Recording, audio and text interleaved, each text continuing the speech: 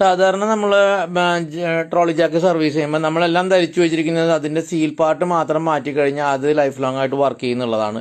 പക്ഷേ അങ്ങനെയൊന്നുമല്ല. നിരന്തരമായ ഉപയോഗം കൊണ്ട് മൂവിങ് പാർട്സിൽ എല്ലായിടത്തും നിരന്തരമായ തേയ്മാനം ഉണ്ടാവും. ചില തേയ്മാനങ്ങൾ നമ്മൾ കറക്റ്റ് ഐഡൻറ്റിഫൈ നന്നാക്കിയിട്ടില്ലെങ്കിൽ ജാക്കിയുടെ പെർഫോമൻസിനെ ബാധിക്കുകയും മറ്റുള്ള ഭാഗം കംപ്ലൈൻ്റ് ആവുകയും ചെയ്യും. ഇതിപ്പോൾ കണ്ട ഈ ജാക്കിയുടെ നമ്മുടെ പിസ്റ്റൻ്റെ റോളറിൻ്റെ ഉള്ളിൽ കൂടിയുള്ള ഷാഫ്റ്റ് ഭയങ്കരമായിട്ട് തേയ്മാനം വന്നിട്ട് അത് അതിൻ്റെ ഉള്ളിൽ കിടന്നിട്ട് അനങ്ങാതെ തിരിയേണ്ട സാധനം കിടന്ന് ആടി തിരിയുന്നതിൻ്റെ പേരിൽ അതിൻ്റെ ബോഡിക്ക് വരെ ഡാമേജ് ആയി. അപ്പോൾ പ്ലഞ്ചർ ബോഡി നമുക്ക് വേറെ വാങ്ങിക്കാൻ കിട്ടാത്തതുകൊണ്ട് നമ്മൾ അതിൻ്റെ ഷാഫ്റ്റിന് വണ്ണം കൂട്ടി കൊടുക്കുകയാണ്. കണ്ടില്ലേ, ഇത് ഇത്രയും തേഞ്ഞു പോയിട്ടുണ്ട് അതിൻ്റെ ഉള്ളിൽ കിടന്നിട്ട്. അപ്പോൾ ആടി തിരിയുമ്പോൾ അതിൻ്റെ ബോഡിക്കും തേയ്മാനം വരും. അപ്പോൾ നമ്മളതിന് വേറെ ഷാഫ്റ്റ് ഇട്ട് കൊടുത്ത് അതിൻ്റെ മൂവ്മെൻറ്റ് കറക്റ്റ് ആക്കിയതിന് ശേഷമാണ് ഇത് സർവീസ് ചെയ്ത് തിരിച്ചു കൊടുക്കുന്നത്. അപ്പോൾ അതിൻ്റെ പിസ്റ്റൻ്റെ മൂവ്മെൻറ്റ് എല്ലാം കറക്റ്റ് ആയിരിക്കും. അതല്ലെങ്കിൽ ഇളക്കത്തോടുകൂടി മൂവ് ചെയ്യുമ്പോൾ ഏതെങ്കിലും സമയത്ത് പിസ്റ്റൺ ഡാമേജ് വരികയോ അല്ലെങ്കിൽ അപകടങ്ങൾ വരെ സംഭവിക്കാൻ സാധ്യതയുണ്ട്. അതേപോലെ ഈ മൂവിങ് പാർട്സ് ഒക്കെ നമ്മൾ നന്നായിട്ട് ലൂബ്രിക്കേറ്റും ചെയ്യണം. നമ്മുടെ സർവീസ് സെൻ്ററിൽ നമ്മൾ ഇത്തരത്തിൽ പ്രൊഫഷണൽ ആയിട്ടാണ് ചെയ്തു കൊടുക്കുന്നത്.